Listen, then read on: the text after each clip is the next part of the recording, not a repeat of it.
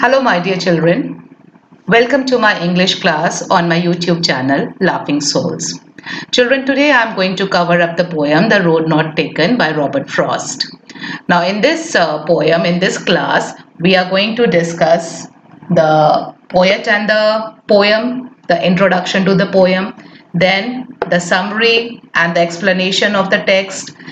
After that, we'll be analyzing the poem, finding out and discussing on the central theme or the central idea.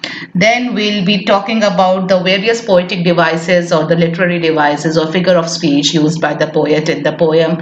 And at last, we are going to discuss some of the important questions in this particular session. Now, children, this poem, The Road Not Taken by Robert Frost, was written in 1916.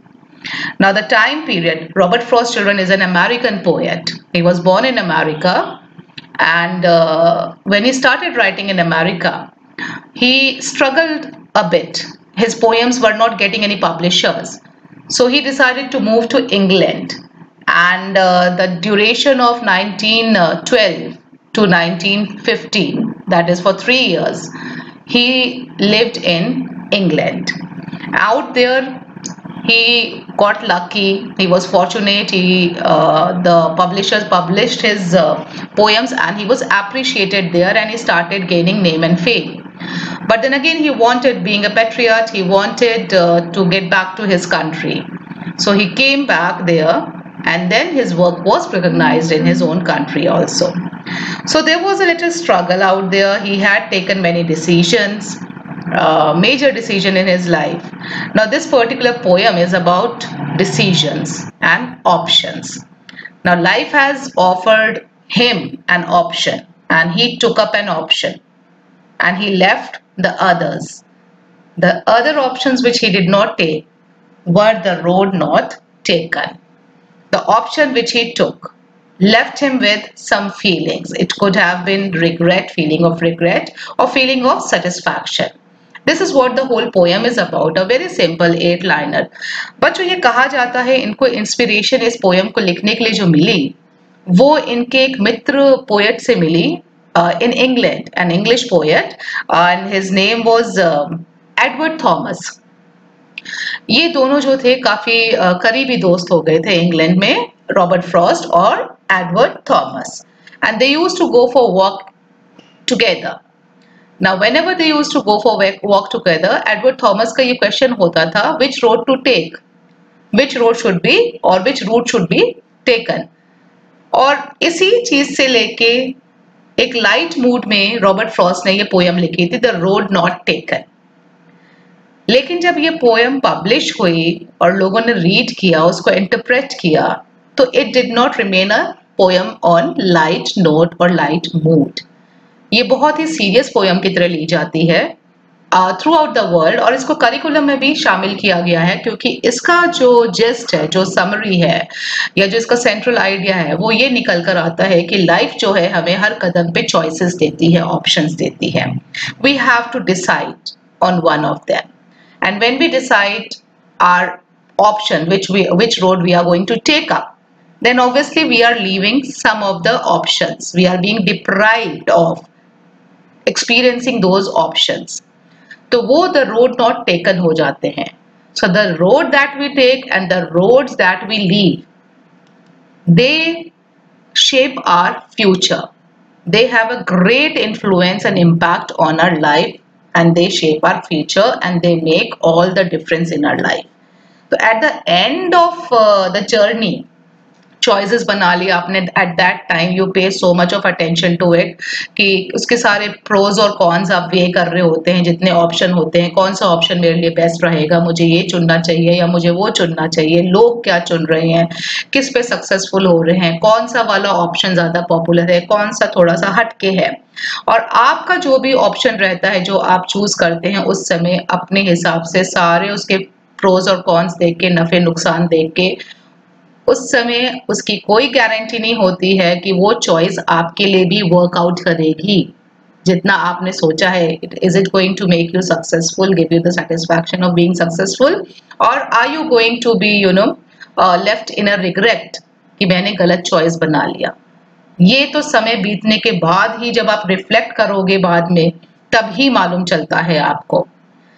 So children, this is the same poem with the same summary कि हमारी life में हर कदम पे choice है, और जो हम option चुनते हैं और जो रोड्स हम छोड़ देते हैं, उनका हमारी लाइफ में बहुत बड़ा इम्पैक्ट होता है, एक बहुत बड़ा इफेक्ट पड़ता है. हमारा फ्यूचर उससे शेप होता है, हमारी लाइफ की डायरेक्शन चेंज हो जाती है.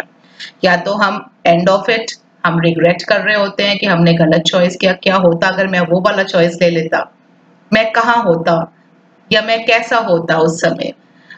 या फिर हम टोटली सेटिस्फाइड होते, we are happy with our choice. But whatever the case may be, once a choice is made, we can not come back. We have to stick to it. So we can begin a new beginning. But then again, what's the guarantee of it? We really do not know. But whatever decision we take, we should stick by it. So now let's move to the second part, the summary and explanation. Now children, let us summarize the poem before I go stanza-wise explanation. In The Road Not Taken, Robert Frost makes a fascinating use of two roads as a metaphor for life. The two roads serve as a metaphor for the choices we make in life. Thus, the roads are, in fact, two alternative ways of life. The choice we make has a far-reaching consequence. The poet leaves the first road for the other day, knowing that he will never get a chance to come back to it again in life. He chooses the second road, which is less traveled by, and this choice has made all the difference in his life. Children, now let's go through the stanza-wise explanation.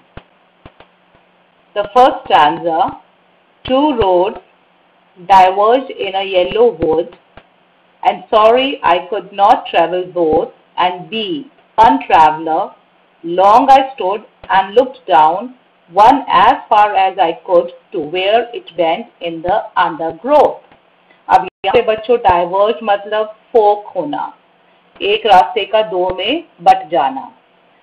Yellow would, would यानी एक छोटा सा forest, और उसको yellow इसलिए कहा गया है क्योंकि वो ऑटम का सीजन है, पतझड़ का सीजन है, और पत्तियां उस सीजन में येलोइश ऑरेंजिश होके नीचे गिर रही होती हैं, तो इसीलिए उसको येलो वुड कहा गया. और येलो वुड जो है वो कंफ्यूजन को भी दर्शाता है कि दिमाग में कितना कंफ्यूजन है, क्योंकि जो रोड है जिसपे वो चल रहा था अब वो जाकर दो में बट गई है, और अब उसको उन दो में से एक पे चलना है. तो अब उसको डिसीजन लेना है कि कौन से रोड पे चलना है. उसको एक रोड तो छोड़नी पड़ेगी और एक रोड पे वो चल पाएगा.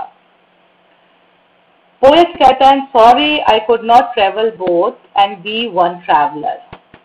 पोएट के एक रिग्रेट है क्योंकि वो दोनों ही रोड को एक्सपीरियंस करना चाहता है, लेकिन वो जानता है कि ये पॉसिबल नहीं है. वो एक ट्रैवलर है, एक समय पे वो एक ही रोड पे चल पाएगा, इसीलिए वो रिग्रेट करता है. इस feeling sorry, the word sorry is for regret, कि वो दोनों रोड को नहीं एक्सपीरियंस कर पाएगा, उसको एक ऑप्शन छोड़ना पड़ेगा. So long I stood and look down, one as far as I could. तो इसलिए क्योंकि अब उसको अपना डिसीजन लेना है, उसके पास दो ऑप्शन खुले हुए हैं, तो जैसा कि हम करते हैं वैसा ही पोएट ने किया, और वो यही मैसेज दे रहा है कि कोई भी ऑप्शन लेने से पहले आपको उसके बारे में विचार करना चाहिए, उसके प्रोज एंड कॉन्स, उसके नफे नुकसान, उसका फायदा और नुकसान पूरे अच्छी तरह से सोच समझकर डिसीजन लेने चाहिए. तो लॉन्ग आई स्टूड बताता है कि उसने एकदम से इंस्टेंटली डिसीजन नहीं लिया, उसने उसको वे किया, उसके ऊपर ध्यान लगाया कि कौन सा डिसीजन, कौन सा रोड उसके लिए ठीक रहेगा.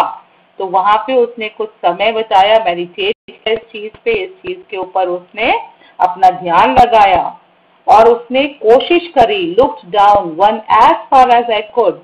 उसने कोशिश करी एक रोड को वहां तक देखी जहां तक वो दिखाई दे रही थी. तो जो पोएट है वो जंक्शन पे खड़ा है दो रोड के, अब उसको एक रोड चुनना है और उस एक रोड को चुनने के लिए वो पूरा ध्यान लगा के वहां पे खड़ा होके टाइम स्पेंड करके उसके ऊपर विचार करके वो देख रहा है कि वो एक रोड जो है वो कहाँ तक जा रही है, उसको कैसा रास्ता दिख रहा है, वो कहाँ ले जाएगी उसको। लेकिन वो पूरा उसको फ्यूचर तक नहीं देख पा रहा है। क्यों? क्योंकि वो सिर्फ वहीं तक देख पाया जहां तक उसको दिखाई दी road, as far as I could to where it went in the undergrowth. Undergrowth जो है वो एक वेजिटेशन है, वहां पे डेंस फॉरेस्ट है, तो वहां पे जो झाड़ है, पेड़ पौधे हैं, उनमें जाके वो रोड जो है वो मुड़ गई है और इसलिए उसको उसके आगे दिखाई नहीं दे रहा। तो पोएट ने फर्स्ट स्टैंजा में ही बता दिया कि वो एक जंक्शन पे खड़ा है येलो वुड के और उसको अपना डिसीजन लेना है, और डिसीजन लेने के लिए वो वहां पे रुक के थोड़ा सा दोनों रोड को देखने की कोशिश करता है। उसने पहला रोड को देखा और पहले रोड पे उसने जहां तक उसकी नजर ले जा सकी उस रोड पे, जब तक वो रोड मुड़ नहीं गई, वो झाड़ियों में छुप नहीं गई, तब तक उसने उसको देखा कि वो उस रोड पे कैसा जर्नी कर सकता है। So the summary, children, is the speaker walking through a forest whose leaves have turned yellow in autumn comes to a fork in the road. The speaker, regretting that he or she is unable to travel by both roads, since he or she is, after all, just one person, stands at the fork in the road for a long time and tries to see where one of the paths leads. However, the speaker cannot see very far because the forest is dense and the road is not straight. Now, let's move to the second stanza, children, and let's go line by line. Then took the other just as fair. अब poet ने एक road को कोशिश करी जहां तक दिखाई दी, फिर उसने वो रोड को छोड़ा और उसने दूसरी रोड को देखा। उसने डिसाइड कर लिया यहाँ पे कि मैं सेकेंड रोड लूंगी, द अदर रोड लूंगा। So the road not taken was the road which was bending into undergrowth. अब ये जो सेकेंड रोड है, जो अदर रोड है, एज जस्ट एज फेयर, वो भी उतनी ही अच्छी लग रही है जितनी की पहली वाली थी। And having perhaps the better claim. अब पोएट अपने आप को ही कॉन्ट्राडिक्ट कर लेता है। इस पोयम में एम्बिगिटी है बच्चों, इसमें जो है विरोधाभास आता है एक दो जगह पे। अब इस लाइन में पोएट कहता है कि भाई दूसरी रोड भी जो थी वो उतनी ही अच्छी लग रही थी, वैसी ही लग रही थी जैसी पहली रोड है। पर अगले ही लाइन में वो कहता है पर लेकिन शायद जो दूसरी रोड है उसका एक बेटर क्लेम है, उसको ट्रेवल करना बनता है। क्यों? Because it was grassy and wanted wear. क्योंकि जहां पे पोएट खड़ा था वहां पे उसने जब देखा वहां से, तो उसको ये जो अदर रोड है वो ग्रासी नजर आई, ज्यादा हरियाली उस पे नजर आई, ज्यादा लिक्रेटिव, ज्यादा टेम्पटिंग लगी, वो इनवाइट कर रही थी। एंड वॉन्टेड वेयर, एंड वो जो रोड है वो मांग रही थी कि कोई उस पे चले, उस पे बहुत सारे ज्यादा लोग नहीं चले हुए थे। It was not a popular choice. Though, as for that, the passing there had warned them equally about the same. अब वापस से पोएट फोर्थ लाइन में जब वो उस पे जर्नी शुरू कर देता है उस रोड पे, द अदर रोड पे, तो जैसे ही वहां पे पास करता है वो वापस से उसको ये एहसास होता है कि नहीं, ये रोड भी फर्स्ट वाली रोड की तरह ही बराबर चली गई है। ऐसा नहीं है कि वो पहला ही बंदा है उस पे चल रहा है या लोगों ने ये चॉइस ही नहीं बनाई है। तो the road which he had chosen was actually he felt was equally worn out as the first road which he has left, which looked to him like a popular choice. Now children, the summary is, the speaker takes the other path, judging it to be just as good a choice as the first, and supposing that it may even be the better option of the two, since it is grassy and looks less worn than the other path. Though now that the speaker has actually walked on the second road, he or she thinks that in reality the two roads must have been more or less equally worn in. Now let's come to the next one, children. And both that morning equally lay in leaves, no step had trodden black. अब poet कहता है कि उस particular morning पे, जिस समय वो उस जंक्शन पे खड़ा था, उस फॉक पे खड़ा था जहाँ पे एक रोड दो में डाइवर्ट हो गई, दो में डिवाइड हो गई, दो में डाइवर्ज हो गई, तो उस समय उस मॉर्निंग पे वो दोनों की दोनों जो रोड थी वो बराबर ही लग रही थी. And both that morning equally lay in leaves, no step had trodden black, and both of them were looking very fresh that morning, because on both the roads the leaves were there which were not trodden black, जो कुचली नहीं गई थे, कदम शायद किसी के उस सुबह poet से पहले नहीं पड़े थे.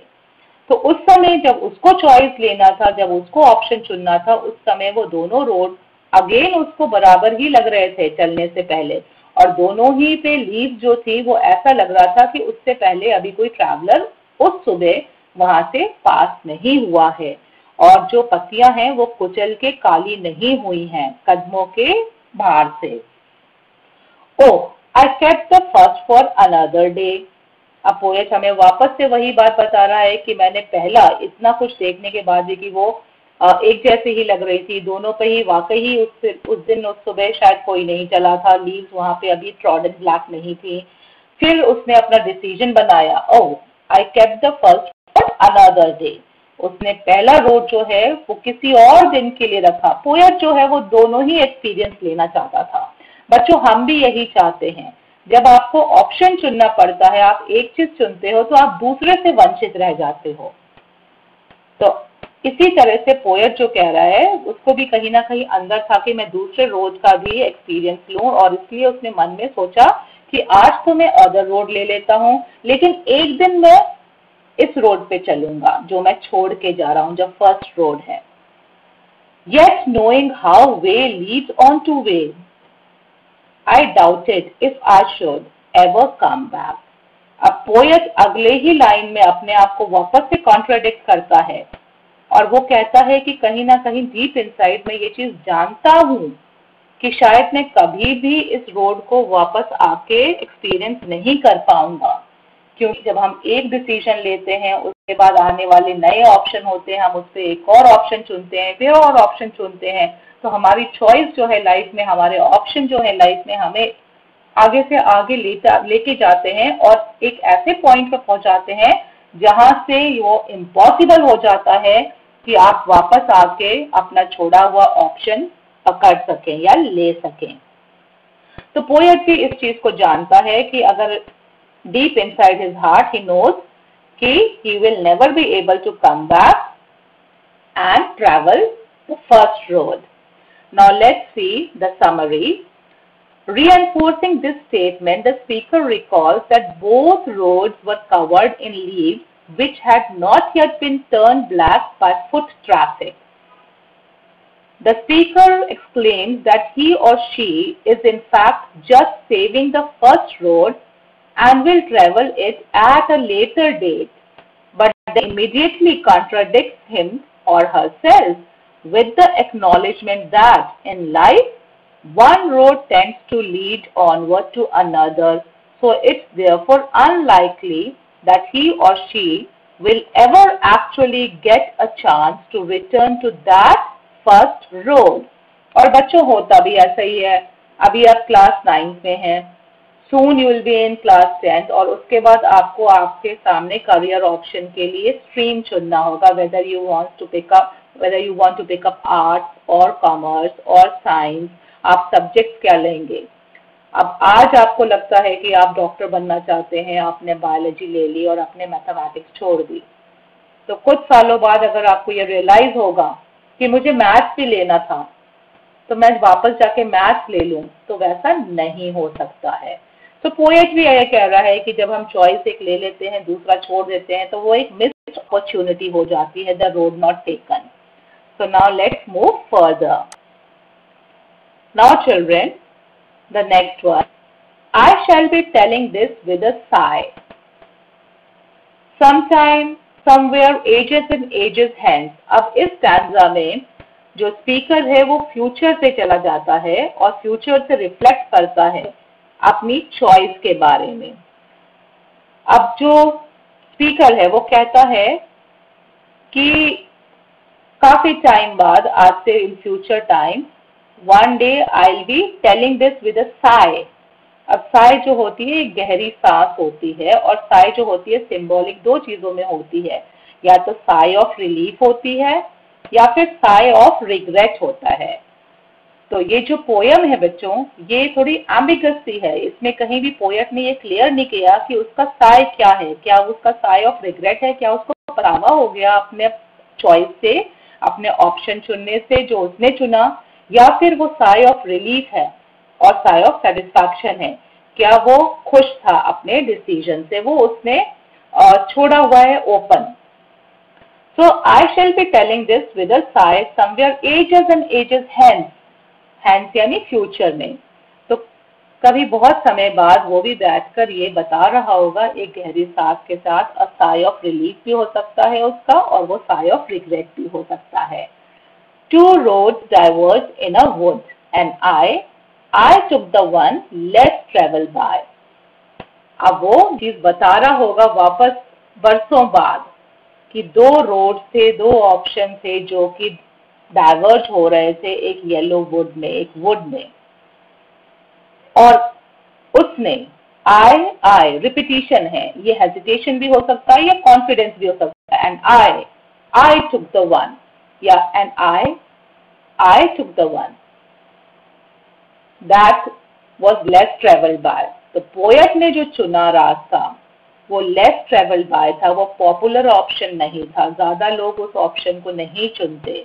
तो उसने कुछ हटके चुना, कुछ एडवेंचरस चुना, कुछ रिस्की उसने अपना रोड चुना, और उस वजह से and that has made all the difference.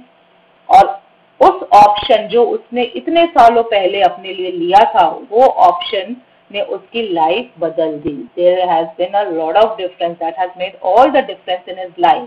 अब वो डिफरेंस अच्छे के लिए हुआ, बुरे के लिए हुआ, बहुत क्लेवरली पोएट ने ये हमारे ऊपर छोड़ दिया। क्योंकि एक ऑप्शन जो एक के लिए अच्छा है वो जरूरी नहीं है कि दूसरे पे भी वर्कआउट हो। So let's see the summary of the last stanza. The speaker imagines him or herself in the distant future, recounting, that is remembering, with a sigh, the story of making a choice of which road to take. Speaking as though looking back on his or her life from the future, the speaker states that he or she was faced with a choice between two roads and chose to take the road that was less traveled, and the consequences of that decision have made all the difference in his or her life. So that was the summary, children. Now next we'll be moving to the central idea of the poem. Now children, let us discuss the central idea, theme, or the message of the poem, The Road Not Taken. Now the central idea is that one has to face difficult choices, difficult situations in life, and take tough decisions. And the decisions we make will define our destiny or shape our future. It may leave us happy and satisfied, or it may leave us in regret. But once the decision is made, it cannot be undone. We have to live with our decision. So we should be very careful in choosing. Our choice should be made according to our capabilities, interests, and strong points. We should choose a path that will give us satisfaction and mental peace. Once we have made a choice, we should not regret it. We should try to make it work. So that was the central idea, children. Now let's move on to the literary devices or the poetic devices used in the poem, also known by figure of speech. The first one is, children, the rhyme scheme. The rhyme scheme of the poem is A, B, A, B. Every stanza consists of 5 lines. Now how do you make the rhyme scheme, children? आप rhyme scheme कैसे बनाते हैं? उसके लिए आपको stanza का last word हर line की देखना है. So I have written it for you just to explain it out to you. आपको ये लिखना नहीं है, आपको सिर्फ राइट स्पीड में ए बी लिखना है. बट ये बनता कैसे है? रटना नहीं होता है, इसको बनाना होता है. तो फर्स्ट स्टैंजा के 5 लाइन के लास्ट वर्ड्स मैंने लिख दिए हैं. Would, both, stood, could, grow. अब फर्स्ट लाइन का जो लास्ट वर्ड है वुड, उसको मैंने अल्फाबेट ए से डिनोट किया और मैंने नीचे की बाकी बची हुई लाइन के लास्ट वर्ड को देखा कि वुड के साथ कौन कौन से वर्ड राइम कर रहे हैं. वुड के साथ स्टूड और कुड राइम कर रहा है, तो मैंने इनको भी ए से डिनोट किया. राइमिंग वर्ड को एक जैसे अल्फाबेट से डिनोट करते हैं, beginning with A and starting from the top line. तो लाइन 1, 3 और 4 के लिए ए आ गया. अब सेकंड लाइन का हमने देखा कि बोथ, फिर हमने देखा क्या जो बाकी बचे हुए हैं वर्ड्स वो बोथ के साथ राइम कर रहे हैं. तो नेक्स्ट जो लास्ट वर्ड है दैट इज ग्रोथ. तो both and growth both are denoted with B. So the rhyme scheme becomes A, B, A, B. The second poetic device, children, is alliteration. अब alliteration क्या होता है? The words beginning with the same sound, they are placed close to each other. जैसे wanted, where. ये दोनों word जो हैं एकदम एक के पीछे एक आ रहे हैं और दोनों में W साउंड से शुरू हो रहे हैं. So this becomes an example of alliteration. Second example, to make it more clear to you, to make it clearer to you, though, as, for, that, the passing, there. The th sound, though, that, the, there, they are placed close to each other. So this becomes an example of alliteration. Third poetic device of children, metaphor. Metaphor क्या होता है? When something or somebody is described but resembles the qualities of something else. अब जैसे इस poem में the two roads, वो road की बात कर रहा है बट एक्चुअली वो मेटाफॉर है, वो रिप्रेजेंट कर रहे हैं choices of life that we make, the choices we make in life. Next one is repetition. It is easy as the word suggests that the words are repeated. Somewhere ages and ages hence. So ages or ages, as it is word repeat हो गया है. Imagery. This poem is rich in imagery. आपके सामने एक picture create होती है word से. जैसे two roads diverge in a yellow wood. तो हम इस तरह की एक पिक्चर इमेजिन अपने दिमाग में कर सकते हैं कि दो रोड जो है वो एक येलो वुड में, एक जंगल में जो पीले पत्तों से ढका हुआ है उसमें डाइवर्ज हो रही हैं. Grassy and wanted where. हम ये भी इमेजिन कर सकते हैं कि एक रोड जो थी वो काफी ग्रासी थी, उस पे काफी घास थी और वो बहुत टेम्पटिंग और इनवाइटिंग थी. It was wanting to walk upon. The last one that I am discussing with you is symbolism. ये सिंबल है, जो रोड है that is the symbol for journey of life. Now come to the difficult questions, children. I hope from the explanation and the central theme you can answer all the questions that are given in the textbook. But एक दो question होते हैं जहाँ पे बच्चे अक्सर confuse हो जाते हैं. So I'm discussing the two questions. What does the line I took the one less traveled by mean? अब इस लाइन का क्या मतलब होता है नरेटर के लिए? That narrator faced two choices and he debates his choices and then he decides on the path which is not common, that is which is uncommon, which is unbeaten path, which is not worn out, which is not a popular choice. He took the road which was less traveled by. Not many people have walked on that particular road. What he means to say, the choice, it's not necessarily the road. It is the choice. Maybe it was the choice in his career or maybe some other decision that he had taken was an unpopular one. The second question is, he did not take the popular one, the popular choice, children.